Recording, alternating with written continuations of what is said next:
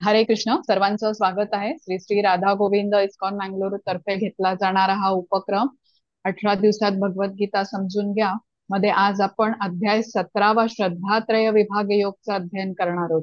तर प्रकृतीच्या 3 गुणानुसार 3 प्रकारच्या श्रद्धा असतात आणि त्यांचा प्रभाव आपल्या जीवनावरती काय पडतो हे आज आपण समजून घेऊया. आपण प्रथम सुरुवात मंगलाचरणने करूया. ओम अज्ञानतिमिरान्धस्य ज्ञानाञ्जनशलाकया चक्षुरुन्मीलितं येन तस्मै श्रीगुरवे नमः। श्रीचैतन्यमनोभीष्टं स्थापितं येन भूतले स्वयं रूप कदा मह्यं ददाति स्वपदान्तिकम्। हे कृष्ण करुणा सिन्धो दीनबन्धो जगत्पते गोपेश गोपिका कांत राधा कांत नमोस्तुते।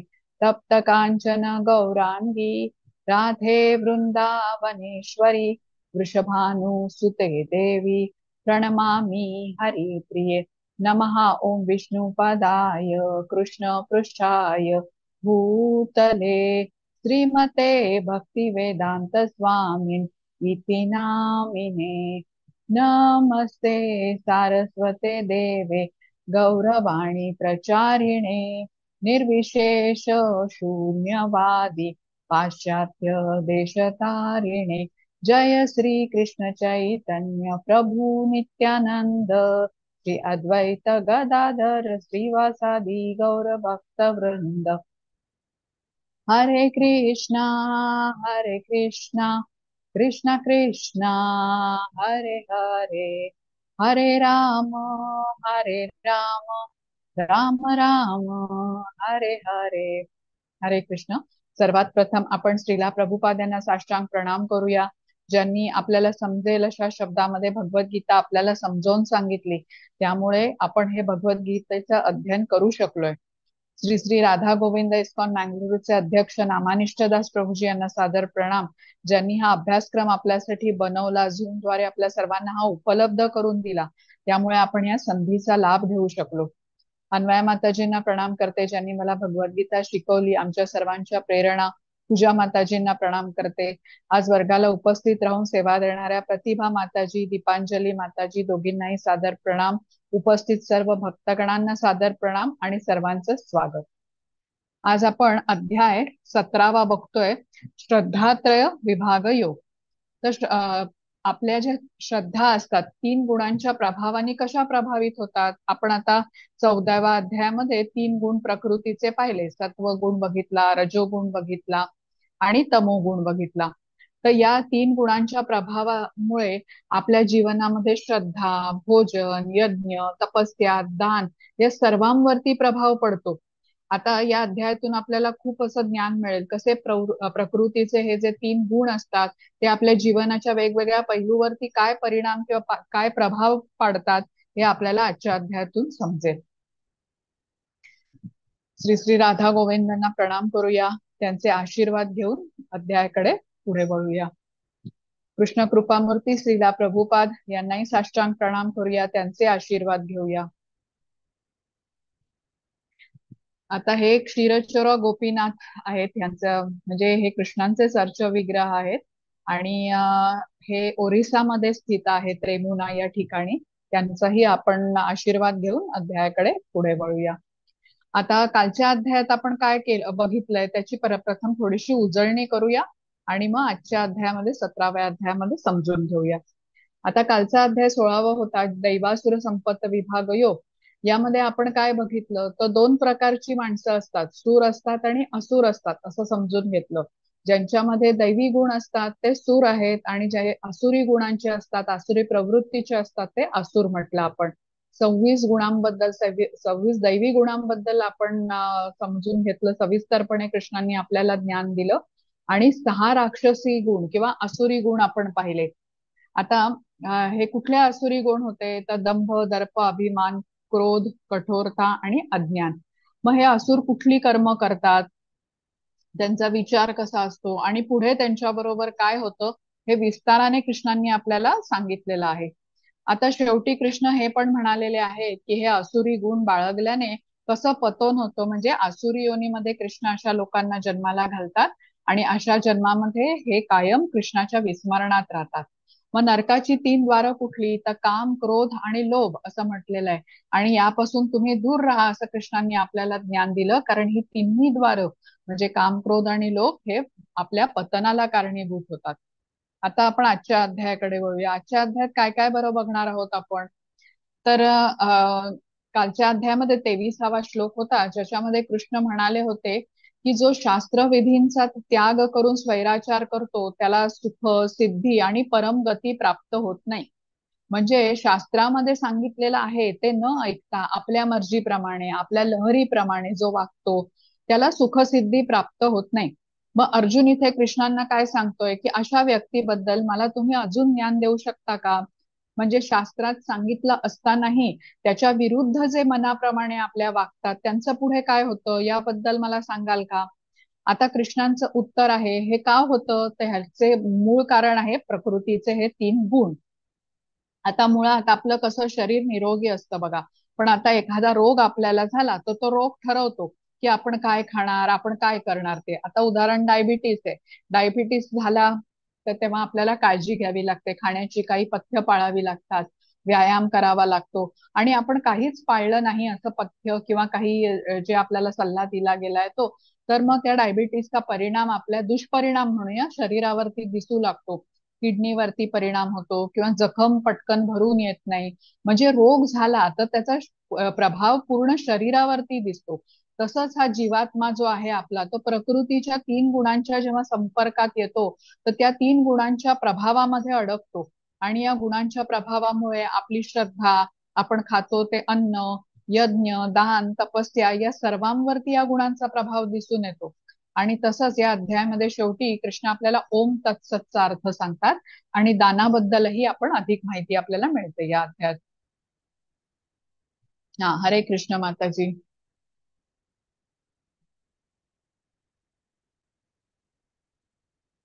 हरे कृष्ण.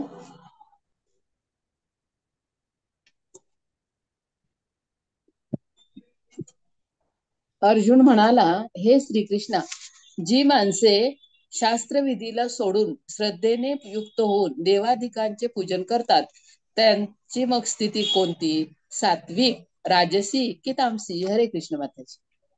हरे कृष्ण. बघा इथे अर्जुनाचा प्रश्न आहे आणि कृष्णांनी उत्तर काय दिलेलं आहे. हे असं का होतं, तर प्रकृतीच्या 3 गुणांमुळे होतं. प्रकृतीचे 3 गुण माणसाच्या जीवनाच्या विविध पैलूवरती प्रभाव टाकतात आणि त्या प्रभावामुळे तसं तसं आपल्याला वागावं लागतं. आता अजून पुढे आपण ज्ञान घेऊ. श्री भगवान उवाच त्रिविधा भवती श्रद्धा देहिनां सा स्वभावजा सात्विकी राजसी च ऐव तामसी चेति ताम शृणु. हरे कृष्ण माताजी. हरे कृष्ण माताजी. भगवान श्रीकृष्ण म्हणाले, मनुष्याची ती शास्त्रीय संस्कार नसलेली केवळ स्वभावता उत्पन्न झालेली श्रद्धा सात्विक, राजसी व तामसी अशा 3 प्रकारची असते. ती तू माझ्याकडून ऐक. हरे कृष्ण. हरे कृष्ण. आता बघा, काही लोकांची श्रद्धा कृष्णावरती असते, काहींची देवदेवतांवरती असते, काहींची त्यांच्या आई वडिलांवर असते. म्हणजे कुठल्या ना कुठल्या व्यक्तीवरती असतेच. म्हणजे म्हणजे श्रद्धा ही असतेच, फक्त ती कोणावरती आहे हे बदलू शकतं. तर हे कसं होतं, तर हे प्रकृतीचे 3 गुणच ह्याच्यावरती प्रभाव टाकतात की कोणावर श्रद्धा आहे. म्हणजे तो व्यक्ती आई वडिलांवर श्रद्धा ठेवतोय, इतर कोणावरती श्रद्धा ठेवतो, का त्याची श्रद्धा कृष्णांवरती आहे का देवदेवतांवरती आहे, हे प्रकृतीचे 3 गुणच ठरवत असतात.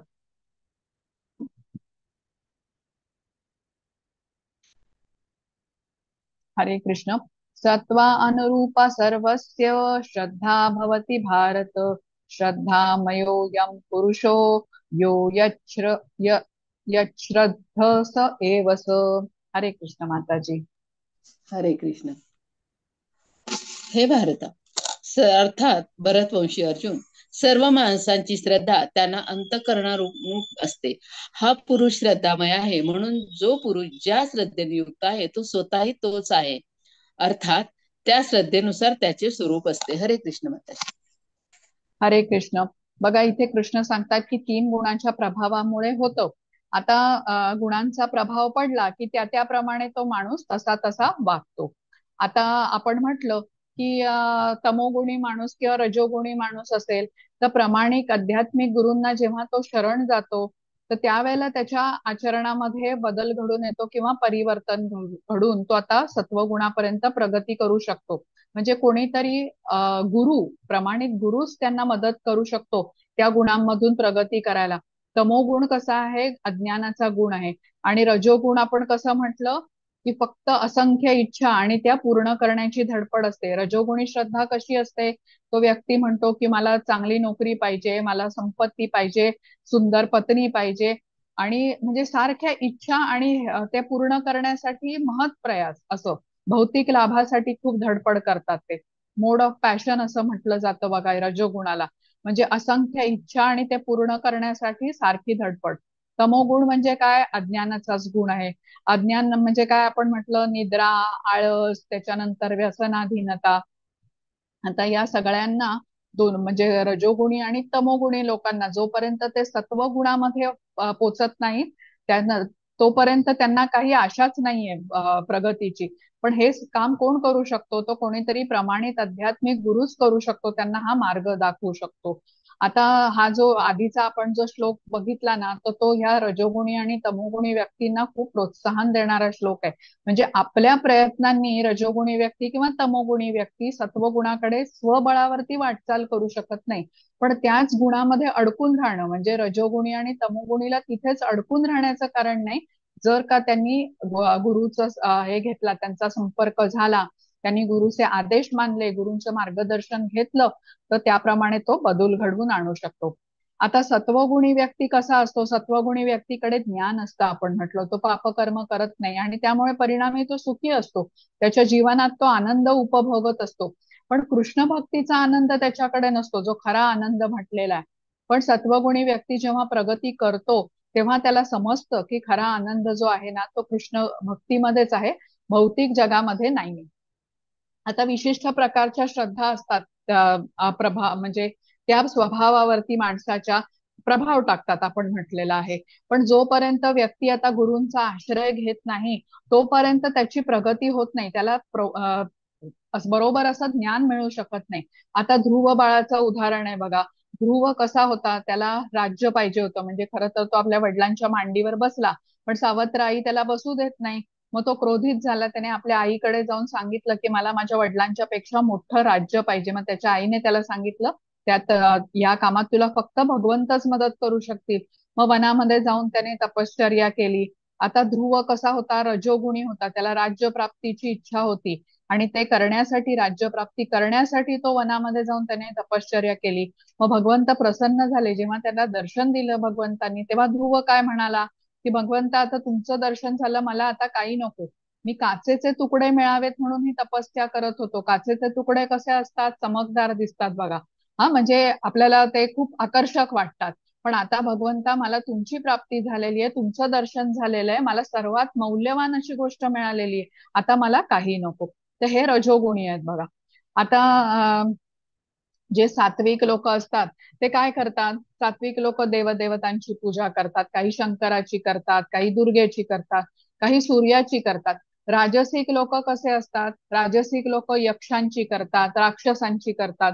इथे या आधीच्या स्लाइड मध्ये दाखवलेलं आहे, मी एक मिनिट ती स्लाइड घेते. हा बघा, ह्याच्यामध्ये दाखवलेलं आहे यक्षांची करतात किंवा जे संपत्तीचं प्रतीक म्हटलं जातं, कारण रजोगुणी कसे आहेत, संपत्तीला आसक्त आहेत बघा. आणि राक्षसांची का करतात, कारण राक्षस म्हणजे शक्तीचं प्रतीक म्हटलेलं आहे, सत्ता पाहिजे असते. राजसिक म्हणजे सत्ता, संपत्ती असं आला, रजोगुण आला ना, असंख्य इच्छा आणि ते मिळवण्याची धडपड. काही रजोगुणी लोक राजकारणांची पण पूजा करताना दिसतात.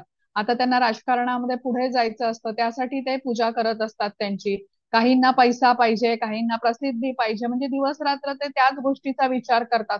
अजून पैसे कसे मिळतील, अजून संपत्तीचा संचय कसा करता येईल, अजून प्रसिद्धी कशी मिळेल, ती मिळावी म्हणून त्यांची सतत धडपड चालू असते. तर तमोगुणी लोक काय म्हटलेले आहे, ते भूतप्रेतांची पूजा करतात, काळी जादू वगैरे जे असतं ना, ते करण्याचा त्यांचा कल असतो. आता हे प्रकृतीचे जे गुण त्यांच्यावरती प्रभाव टाकत असतील त्याप्रमाणे त्यांची ही श्रद्धा असते. आता इथे लक्षात घेऊया, इथे कुठेही कृष्णांची पूजा करण्याबद्दल सांगितलं नाहीये. 3 गुणांच्या वरती जो विशुद्ध सत्व गुण आहे त्यामध्ये स्थित असलेला व्यक्ती आता कृष्णांची पूजा करू शकतो असं आपल्याला सांगितलेलं आहे. हा, हरे कृष्ण माताजी. हरे कृष्ण. जे कठोर तपस्या आणि तपश्चर्या शास्त्रात सांगितलेले नाही ते अभिमान, अहंकार, वासना आणि आसक्ती यांच्यामुळे करतात. जे उत्कटतेने प्रवृत्त होतात आणि जे आपल्या शरीराच्या अवयवांना तसेच आत वास करणाऱ्या परमात्म्यांना छळ करतात त्यांना राक्षसी म्हणतात. हरे कृष्ण माताजी. हरे कृष्ण. आता काही लोक काय करतात तर शास्त्राच्या विरुद्ध कामं करत असतात. का कामं करतात ते शास्त्राच्या विरुद्ध? कारण त्यांच्या वासना असतात किंवा त्यांच्या खूप इच्छा असतात. त्या इच्छेने प्रेरित होऊन, त्या वासनाने प्रेरित होऊन ते शरीराला अत्यंत कष्ट देत असतात. जसा रावण आहे, हिरण्यकश्यपू आहे, त्यांची तपश्चर्या कशी होती? अतिशय कठोर खडतर अशी तपश्चर्या त्यांनी केलेली होती. आपण आधीच्या म्हणजे 16व्या अध्यायामध्ये आसुरी गुण बघितले बघा. तर आसुरी प्रवृत्तीचा व्यक्ती विचार कसा करतो, ते कशी कर्म करतात हे आपण बघितलं होतं. इथे या श्लोकातही आपल्याला तेच सांगितलंय. आसुरी वृत्तीचा व्यक्ती कठोर तपश्चर्या करतो, पण अशा प्रकारे करतो जी शास्त्रामध्ये सांगितलेली नाहीये. आणि ते हे का करतात? कारण त्याचे काय गुण बघितले आपण? दंभ, दर्प, अभिमान, अहंकार, कठोरता आणि अज्ञान. म्हणजे अभिमान, अहंकार आणि वासना आणि आसक्तीमुळे ते हे सगळं करत असतात. आता चित्रात बघा, कुठे वेगवेगळे जे चित्र दाखवली आहेत, कोणी आपलं डोकं मातीमध्ये पुरलेलं आहे आणि तो शरीराला कष्टच देतोय.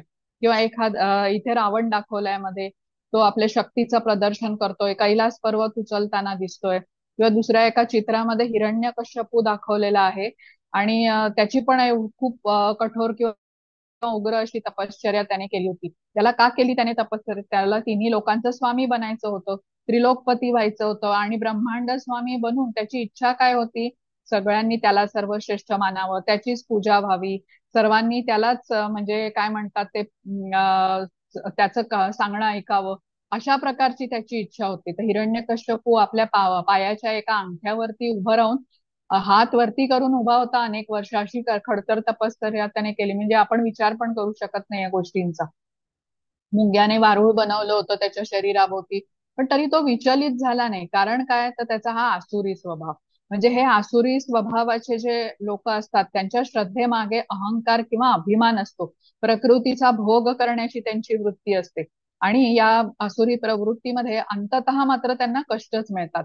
आता असुर म्हणजे असं समजून घ्यायचं नाही आपल्याला की जो खूप शरीराने महाकाय आहे, लाल डोळे आहेत, अक्राळ विक्राळ आहे, अशा अर्थाने असुर म्हटलेलं नाहीये. त्या असुर म्हणजे आपल्या शरीराला शरीरामध्ये स्थित जो परमात्मा आहे त्याला कष्ट देतो तो. कारण त्याची श्रद्धा ही आसुरी अशी म्हटलेली आहे बघा. इथे जे दाखवलेलं आहे चित्रात त्याच्यात कुठेही परमात्म्याचा त्याने विचारच केलेला नाहीये. तो स्वतःच्या शरीरालाही कष्ट देतो आणि स्वतःच्या शरीरामध्ये स्थित परमात्म्यालाही कष्ट देतो आहे.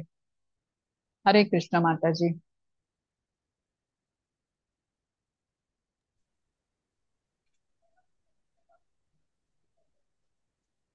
हरे कृष्ण.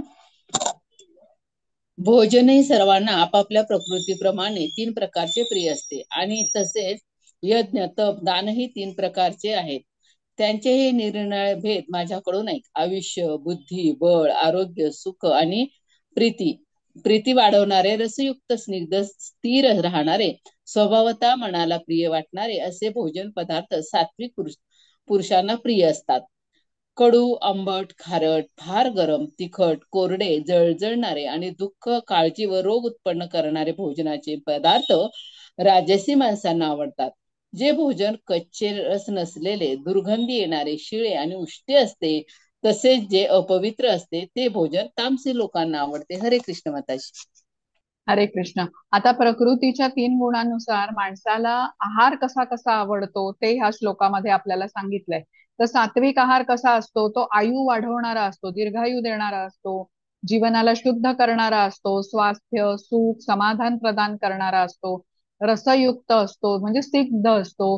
त्याच्यानंतर कुठले पदार्थ सात्विक आहारामध्ये जे येतात ते सगळे बळ आणि बुद्धी वाढवणारे असतात. आता बघा, आपल्यापैकी सर्वांना काही विशिष्ट पदार्थ खायला आवडतात. तर ही आवड कशामुळे ठरते, तर या 3 गुणांच्या प्रभावामुळे ठरते. मग रजोगुणी व्यक्ती हा कसा पदार्थ खातो, काय आवडतं त्याला, कुठल्या प्रकारचा आहार आवडतो, तर अतिशय तिखट, खारट, कोरडे, जळजळणारे पदार्थ ते खातात. तमोगुणातल्या व्यक्तींना शिळं अन्न, कच्च, दुर्गंधीयुक्त असे पण पदार्थ ते खातात. आता इथे कृष्णांनी काय सांगितलंय, ज्याप्रमाणे गुण असतो तशीच श्रद्धा असते. मग कृष्णांनी आपल्याला तपस्येबद्दल सांगितलं की जी शास्त्राने मान्य केलेली तपस्या आहे ती आपण करायला हवी. आपल्या परमात्म्याला त्रास होईल अशी उग्र कठोर तपस्या आपण करायची नाही. मग या चित्रामध्ये बघा, इथे सात्विक आहार दाखवलेला आहे. त्याच्यामध्ये फळं आहेत, पालेभाजी आहे, आमटी, भात, पोळी, म्हणजे साधं जेवण आहे. आता हे साधं जेवण कसं आहे, स्वादिष्ट आहे, पचायला हलकं आहे आणि ते शरीराला ताकद तर मिळतेच हे घेतल्याने, पण त्याचबरोबर बुद्धी पण कुशाग्र होते हे खाणाऱ्याची, दीर्घायू मिळते, आयुष्याची क्वालिटी त्यामुळे चांगली राहते. आता भोजन जे आहे त्या भोजनाचे 3 उद्देश आहेत बघा. त्या भोजनाने आपल्याला आयु प्रदान केली पाहिजे, जीवनाला शुद्ध बनवलं पाहिजे आणि शरीराला बळ मिळालं पाहिजे. आता जेव्हा बळ असेल तेव्हा आपली तब्येत पण स्वस्थ असते किंवा व्यक्ती निरोगी असतो आणि आपण चांगलं जीवन जगू शकतो. तर आपण कसं आहे, आपण अजूनही शरीर मानतोय स्वतःला, आपण शरीर नाही आत्मा आहे या स्टेजला आपण गेलेले नाहीये. म्हणून आपलं तेवढं शुद्धीकरण आपलं झालेलं नाहीये.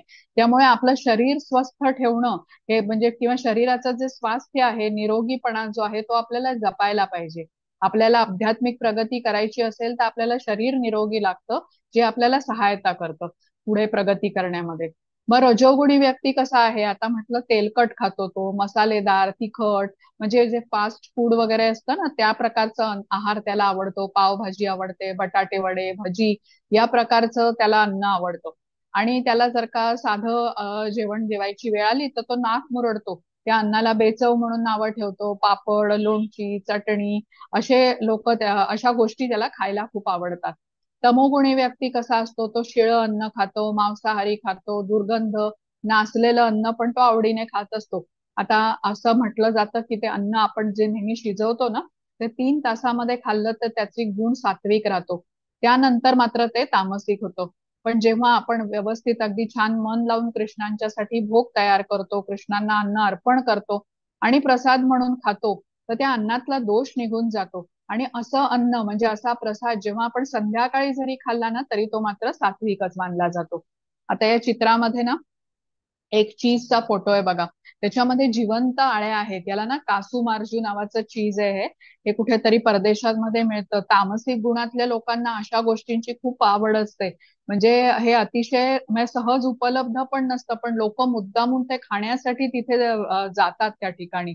तर हे तामसिक लोक हे अशा प्रकारचं त्यांचा आहार असतो आणि ह्या प्रकारचे पदार्थ त्यांना खायला आवडतात. हा, हरे कृष्ण माताजी.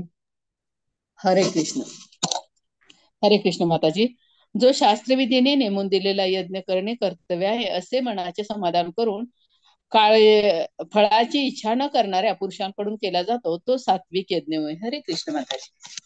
हरे कृष्ण. आता तिन्ही गुणांचा प्रभाव यज्ञावर कसा पडतो हे आपल्याला सांगितलंय.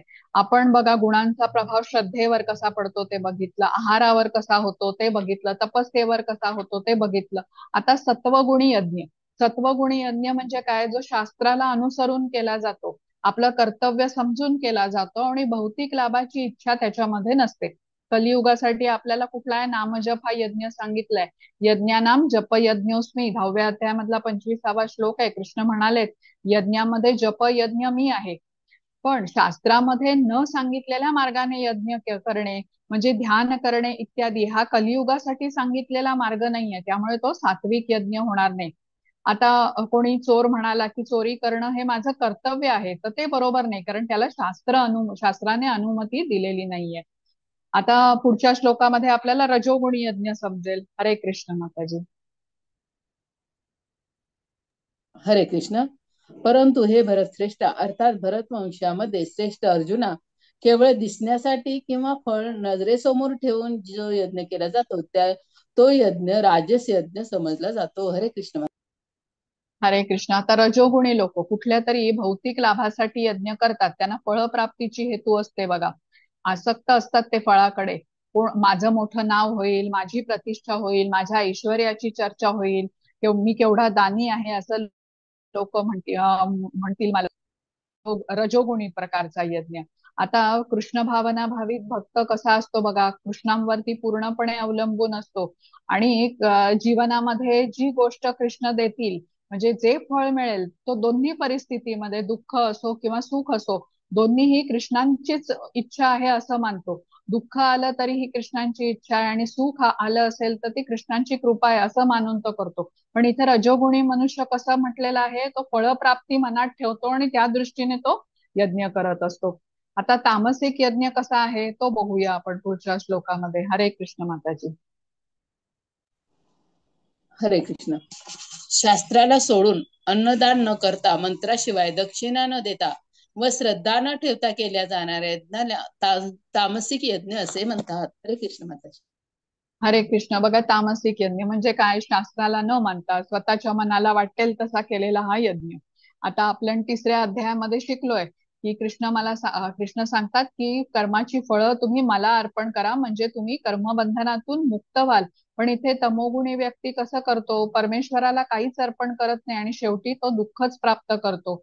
आता लंका बघा, रावणाने मोठी उग्र तपस्या करून ती उभी केली होती. पण बिभीषणाने काय केलं, बिभीषणाने प्रभू रामचंद्रांना समर्पण केलं आणि म्हणजे परमेश्वराच्या चरणी समर्पण करून शरण जाऊन ती लंका प्राप्त केली, त्यांची शरणागती घेऊन. आता इथे चित्रामध्ये भस्मासुराची गोष्ट आहे बघा. भस्मासूर केदारनाथला जाऊन खूप कठोर तपश्चर्या करतो, शंकराला प्रसन्न करून घेण्यासाठी. बराच काळ जातो, तपश्चर्या करतो, पण शंकर काही प्रसन्न होत नाही. आता हा विचार करतो, काय करू मी शंकरांना प्रसन्न करून घेण्यासाठी. तर आपलं मांस अर्पण करायचं ठरवतो अग्नीला. आता मांडीतलं मांस काढून तो अर्पण करतो आणि अग्नी प्रज्वलित करून. पण आता मांडीचं मांस अर्पण जरी केलं तरी शंकर प्रसन्न होत नाही.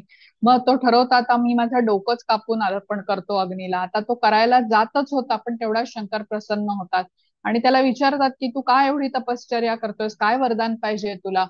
तर तो भस्मासूर म्हणतो की मी ज्याच्यावरती हात ठेवेन ते भस्म होऊ देत. तर आता असा वर मला तुम्ही द्या. तर शंकर म्हणतात काहीतरी दुसरा वर माग, हे काय बरोबर नाही. तर तो हट्टच धरून बसतो, नाही नाही मला हाच वर पाहिजे. आता शंकर कसे आहेत, भोलेनाथ आहेत, ते इच्छा नसताना पण शेवटी त्याला वर देतात. आता त्याने ही जी तपश्चर्या केलेली आहे बघा, अग्नीला अर्पण केलेलं, ही शास्त्रमान्य तपश्चर्या नाहीये. म्हणजे ती तमोगुणामध्ये केलेली आहे किंवा तामसिक यज्ञ म्हटला जातो. आणि त्याचं जे वरदान तो प्राप्त करतो तेही अशा प्रकारचं आहे ज्याने दुसऱ्यांना त्रास होईल असा त्याने मागून घेतलेला आहे. आता हल्लीच्या काळातलं जर का उदाहरण घेतलं आपण, तर आता गणेशोत्सव असतो, दुर्गा पूजा असते, आपण वर्गणी आपल्याकडे मागायला येतात. आणि वर्गणीचा उपयोग कशासाठी करतात, डेकोरेशन करतात, सजावट करतात, खूप लाऊड म्युझिक वगैरे, सिनेमातली गाणी वगैरे ते वाजवतात. नंतर काही कलाकार बोलवून काही प्रोग्राम्स वगैरे पण ठेवले जातात. बहुतेक ठिकाणी हे असंच दिसतं. काहीच ठिकाणी ह्या वर्गणीचा वापर चांगल्या कामासाठी म्हणजे अन्नदानासाठी केला जातो, अथर्व शीर्षाचं पठण होतं. म्हणजे नाही तर मग बऱ्याच ठिकाणी हे असंच म्हणजे तामसिक टाईपच गोष्टी, म्हणजे डेकोरेशन, करमणूक वगैरे ह्यासाठी केला जातो. तो हाही एक प्रकारचा तामसिक यज्ञाचंच हे उदाहरण आहे.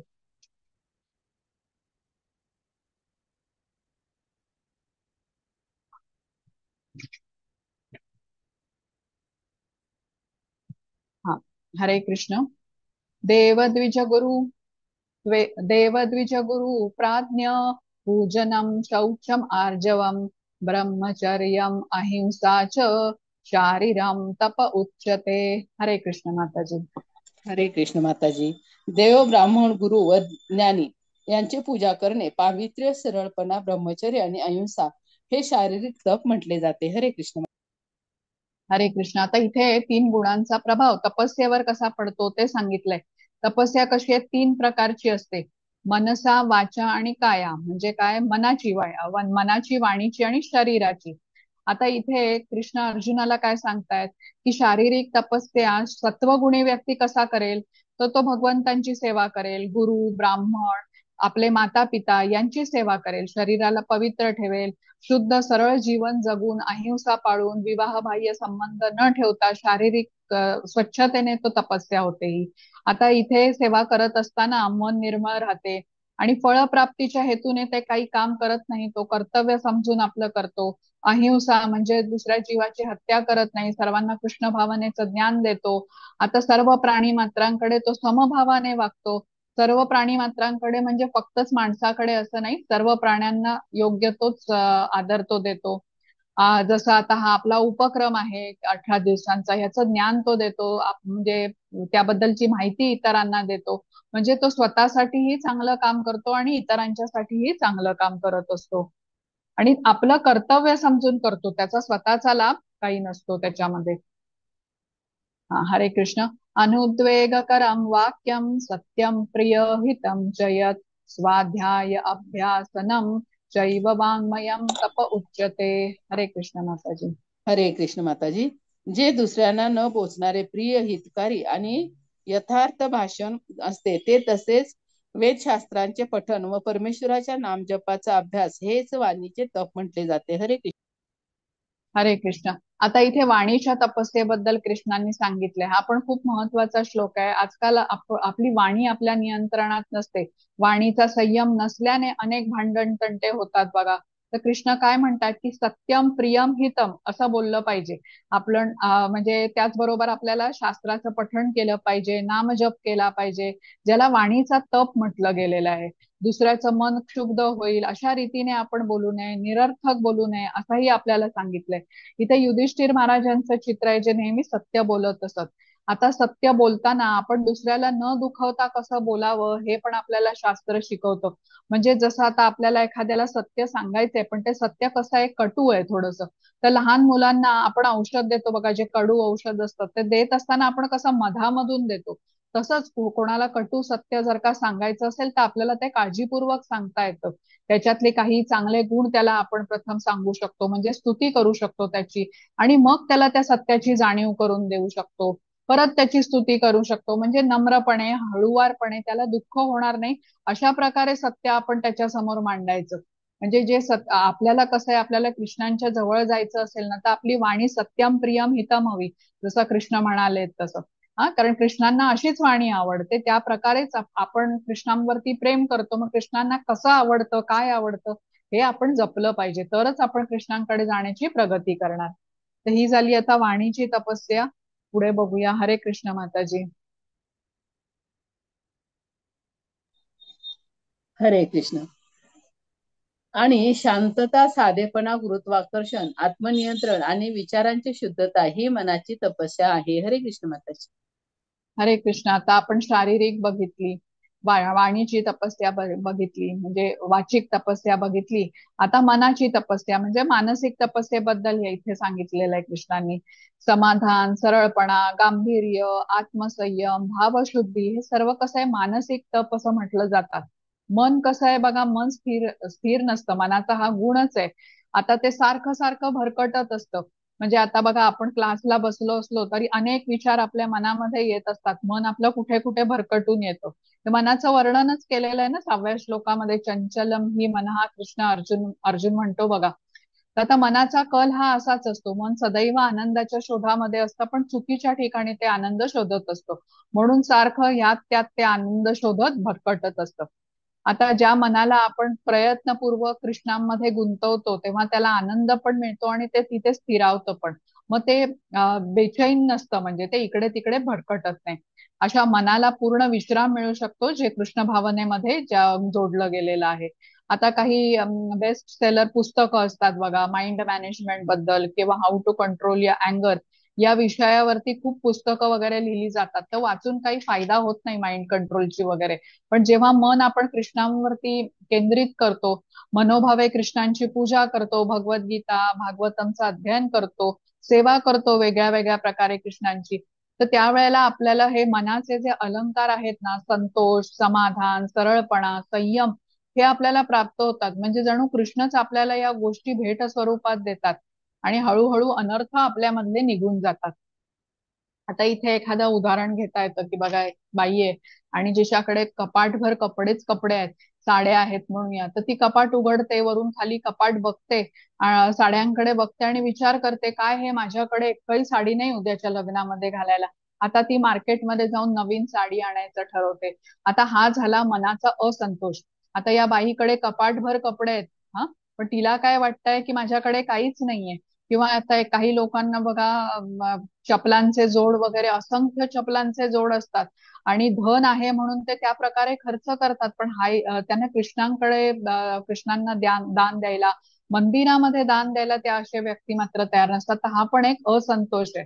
आता इथे तुम्ही इस्कॉन मध्ये जर का बघितलं तर प्रभूजी बघा, त्यांचा क्लास वगैरे तुम्ही जर का अटेंड करत असाल, सदैव ते एका रंगाचेच कपडे घालतात, पण त्यांच्याशी बोलताना, क्लास अटेंड करताना आपल्याला कुठे असंतोष जाणवतो का? उलट ते एवढे समाधानी असतात, त्यांच्या वाणीत, त्यांच्या चेहऱ्यावरती तेज असतं.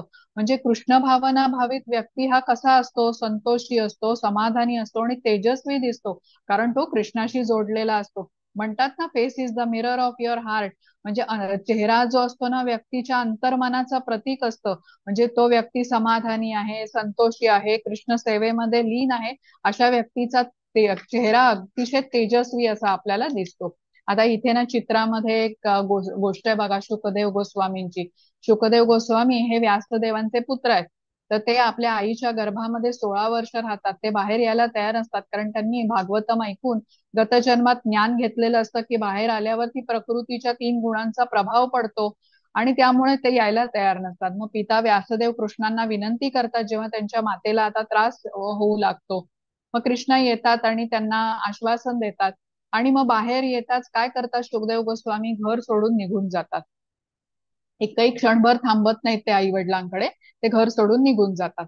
आता वाटेमध्ये सरोवर लागतं, तिथे काही स्त्रिया स्नान करत असतात. आता ते शुकदेव गोस्वामींना पाहता 16 वर्षाचे असतात ते, पण ते आत्मसाक्षात्कारी असतात. त्यांच्या चेहऱ्यावरचे भाव स्त्रिया ओळखतात आणि त्यांच्या कुठलीही त्यांची वाईट भावना नाही हे समजतात. त्यामुळे स्त्रिया आपलं स्नान करणं चालूच ठेवतात. आता आपल्या मुलगा निघून गेला, म्हणजे शुकदेव गोस्वामी घरातून बाहेर पडले, तर त्यांच्या मागे मागे त्यांचे पिता व्यासदेव येतात. आता हे व्यासदेव कसे खरं तर वृद्ध आहे, पण त्यांना बघताच मात्र स्त्रिया पटकन आपली वस्त्र ओढून घेतात, आपलं शरीर झाकतात. आता व्यासदेव वृद्ध जरी असले तरी ते गृहस्थाश्रमात असल्यामुळे गृहस्थाश्रमामध्ये काही नियमांचं पालन केलं जातं.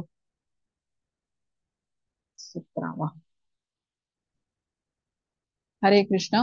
श्रद्धया परया तप्तं तपस्त्र त्रिविधं नरै अफला अलंकार क्षिभिर्युक्तै सात्विकं परिचक्षते. हरे कृष्ण माताजी. हरे कृष्ण. फळाची इच्छा न करणाऱ्या योगी पुरुषांकडून अत्यंत श्रद्धेने केलेल्या वर सांगितलेल्या तिन्ही प्रकारच्या तपाला सात्विक तप असे म्हणतात. हरे कृष्ण माताजी. हरे कृष्ण. आता सात्विक तपस्या कोणती? ती तीर्थयात्रेला जाणे, परिक्रमा करणे, कृष्णांच्या लीला स्थळांची परिक्रमा करणे, जसं वृंदावन परिक्रमा आहे, गोवर्धन परिक्रमा आहे. तर शास्त्रात सांगितलेल्या या तपांना सात्विक तप असं म्हटलं जातं. पुढचा बघूया.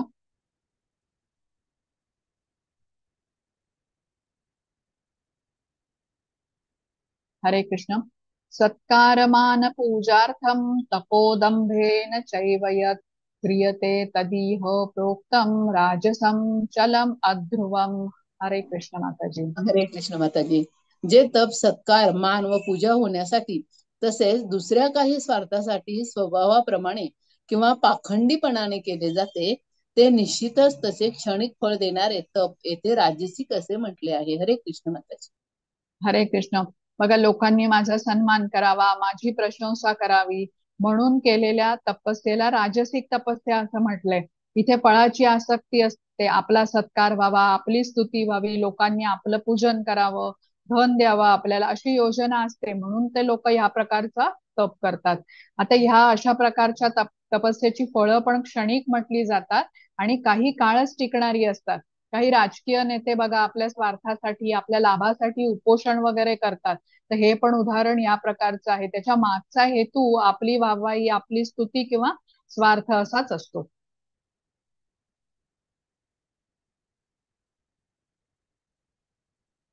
हरे कृष्ण.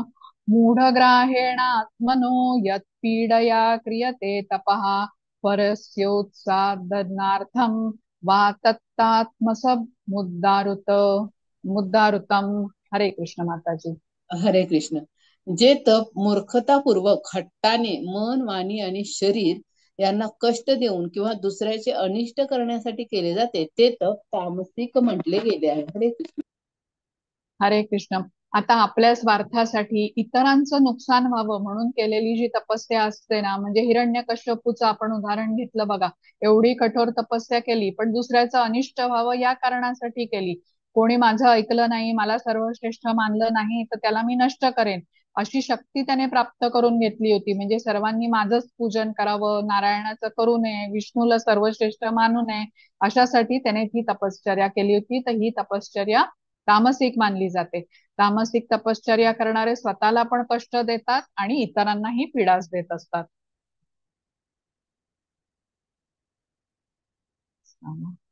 हरे कृष्ण.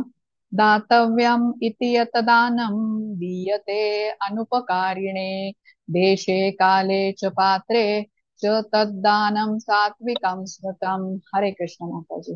हरे कृष्ण माताजी. कर्तव्यापोटी परताव्याची अपेक्षा न ठेवता योग्य वेळी आणि स्थळी आणि योग्य व्यक्तीला दिलेले दान सात्विक मानले जाते. हरे कृष्ण माताजी.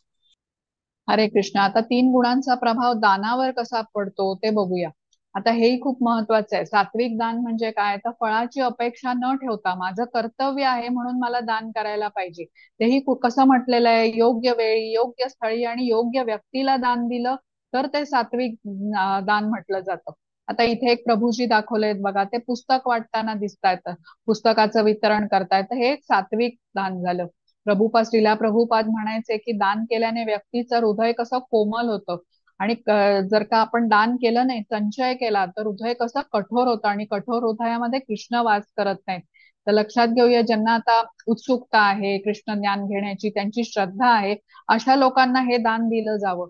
पण जे लोक श्रद्धा ठेवत नाही कृष्णावरती, त्यांना मात्र अशा प्रकारचं कृष्णाबद्दलचं ज्ञान देऊ नये असंही आपल्याला सांगितलंय. उद्याच्या अध्यायामध्ये आपल्याला याबद्दल अधिक समजणार आहे. तर प्रेमाने आपल्या आनंदामध्ये सहभागी करीत आपण लोकांना दान दिलं पाहिजे. प्रत्युपकाराची भावना ठेवून आपल्याला उपयोग नाही.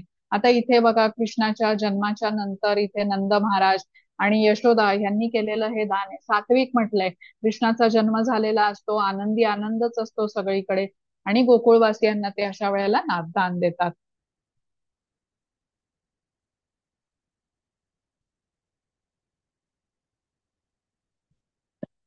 हा, हरे कृष्ण.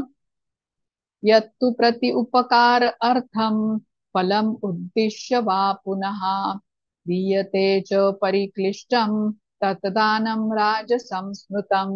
हरे कृष्ण माताजी. हरे कृष्ण.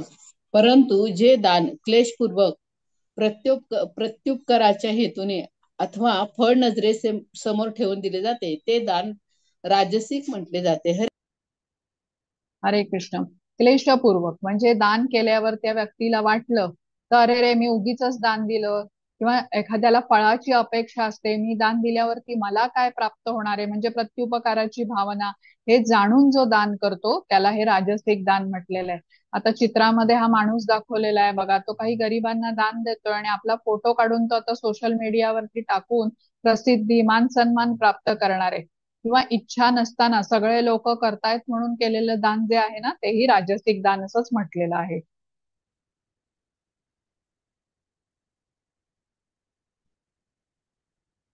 हरे कृष्ण. अदेश काले यत दानम अपात्रेभ्यः च दीयते असत्कृतम अवज्ञातम तत्तामसम उद्दारुतम. हरे कृष्ण माताजी. हरे कृष्ण. अपवित्र ठिकाणी अयोग्य वेळी अयोग्य व्यक्तीकडे किंवा योग्य लक्ष आणि आदर न देता केलेले दान हे अज्ञानाचे आहे असे म्हणतात. हरे कृष्ण माताजी. हरे कृष्ण. बघा, बऱ्याचदा भिकाऱ्याला वगैरे आपण पैसे देतो दान वगैरे म्हणून, पण तो जाऊन त्याचा चुकीचा वापर करतो. मग हे दान कसं म्हटलेलं आहे, योग्य व्यक्तीला केलं गेलेलं नाहीये. आपण दिलेल्या पैशाने जर का त्याने अयोग्य कर्म केलं तर हे तामसिक दान होतं. तर म्हणून, किंवा आपण दुसऱ्याचा आदर न करता पैसे फेकणे वगैरे हे बरोबर नाही आणि हे तामसिक दानाचा हा प्रकार आहे. आता इथे चित्रामध्ये तो माणूस दिसतोय बघा, तो नशा करण्यासाठी पैसे मागतोय, तर हेही अयोग्य आहे. म्हणजे चुकीच्या कामासाठी केलेलं दान कोणाला दया करून आपण करतो, पण त्याचा दुरुपयोग जर का त्याने केला तर त्याचा दोषही आपल्यावरती येतो. त्यामुळे आपण लक्षात ठेवायचं आहे, आपण आता ज्ञान घेतलेलं आहे, त्यामुळे आपल्याला हा विचार करूनच दान द्यायचं आहे. हा, हरे कृष्ण माताजी.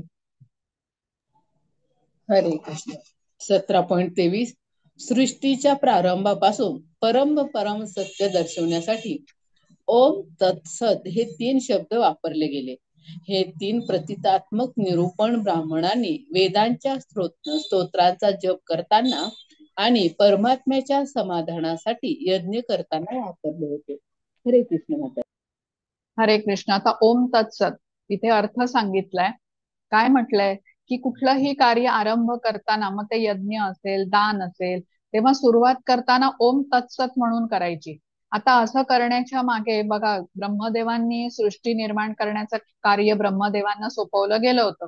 आता आपणही बघा, जेव्हा एखादा मोठा प्रकल्प वगैरे हाती घेऊन काम सुरू करतो, तेव्हा आपल्या घरातील ज्येष्ठ व्यक्तींचे आपण आशीर्वाद घेतो कामाला सुरुवात करत असताना. तसंच ब्रह्मदेवांनी ही सृष्टी निर्माण करत असताना प्रथम कृष्णाची प्रार्थना केली, सर्व काही नीट व्हावं, आणि या हेतूने त्यांनी हे 3 शब्द ओम तत्सत असे वापरले. मग तेव्हापासून ही परंपरा झाली. बघा, आपणही आपल्या घरी पिढीजात परंपरा पाळत असतो. मग विचारलं आपल्याला, कोणी विचारलं त्यांना की कळतं, मग माझे आई वडील असेच करत होते म्हणून आता मीही करतो, असं उत्तर आपल्याला मिळतं.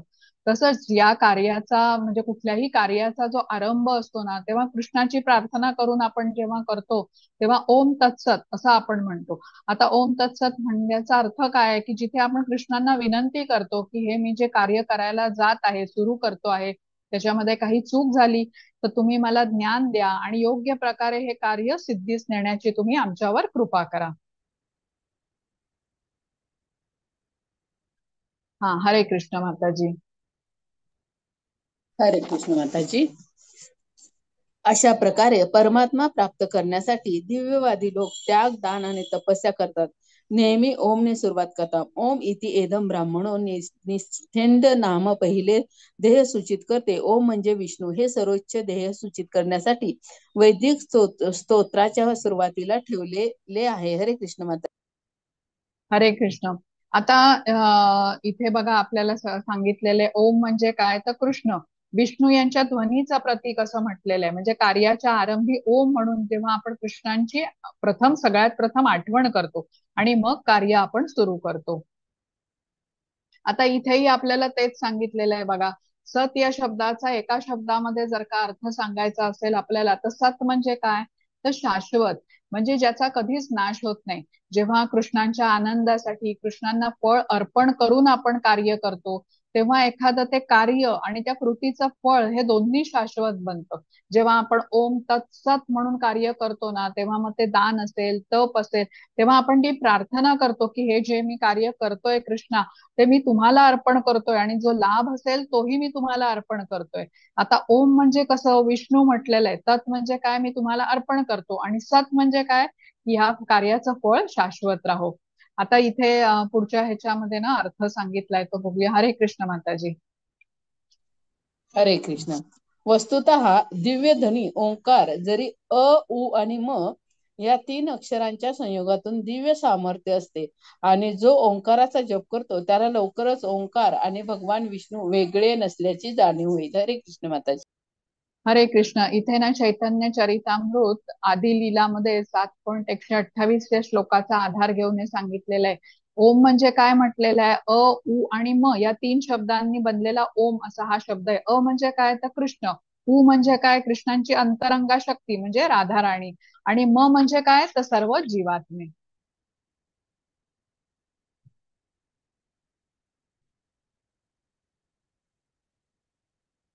हा, हरे कृष्ण माताजी. हरे कृष्ण. हे पार्था, अर्थात पृथापुत्र अर्जुना, श्रद्धेशिवाय केलेले हवन, दिलेले दान, केलेले तप आणि जे काही केलेले शुभ कार्य असेल ते सर्व असत म्हटले जाते. त्यामुळे ते ना इहलोकात फलदायी होते ना परलोकात. हरे कृष्ण माताजी. हरे कृष्ण. आता इथे काय सांगितलंय, श्रद्धेशिवाय म्हणजे काय, दिव्य उद्दिष्टाशिवाय अगदी यज्ञ, दान, तप काही जरी कार्य केलं तरी ते व्यर्थ असतं. या श्लोकामध्ये असत कर्म असं म्हटलेलं आहे. असत कर्म कसं आहे, निंद्य कर्म आहेत. आपल्या जीवनाचं अंतिम लक्ष जर का कृष्ण प्राप्ती असेल तर श्रद्धेविना आणि योग्य मार्गदर्शनाविना आपल्याला हे शक्यच नाही, आपण प्राप्त करू शकत नाही, त्या मार्गावर चालू शकत नाही. प्रथम आपल्याला प्रमाणित आध्यात्मिक गुरूंकडून प्रशिक्षण घेतलं पाहिजे, कृष्णांची भक्ती कशी करायची हे शिकून घेतलं पाहिजे, शुद्ध भक्तांचा संघ आपल्याला केला पाहिजे आणि मग कालांतराने आपली श्रद्धा दृढ होते, परिपक्व होते. आता या गोष्टींचं पालन केल्याशिवाय या मार्गावरती आपण यशप्राप्ती करू शकत नाही. तर इथे आपला अध्याय आजचा संपलेला आहे. काय बघितलं बरं आपण आजच्या अध्यायामध्ये? तर अर्जुनाने प्रश्न विचारला होता की अनधिकृत उपासना म्हणजे काय आणि ती लोक का करतात, त्याचं फळ काय मिळतं. मग कृष्णाने सांगितलं की 3 गुणांच्या प्रभावामुळे हे असं होतं. माणसाची श्रद्धा 3 प्रकारची असते आणि या गुणांच्या प्रभावाने माणसाचं अन्न तो काय खाणार आहे, त्यानंतर तो यज्ञ, दान, तप यावरती कसे 3 गुण प्रभाव टाकतात ते आपण बघितलं. ओम तत्सतचा अर्थ आपण समजून घेतला आणि अर्जुनाच्या प्रश्नाचं उत्तर की अनधिकृत उपासना केल्याचं फळ काय मिळतं हे कृष्णाने शेवटच्या श्लोकामध्ये सांगितलं की श्रद्धेशिवाय केलेला यज्ञ, दान आणि तप याला असत कर्म म्हटलं जातं आणि या जन्मी पण आणि पुढील जन्मी पण ते व्यर्थच ठरतं. तर इथे आपला अध्याय संपलेला आहे. आता काही तुम्हाला शंका असतील किंवा प्रश्न असतील तर मी घेते.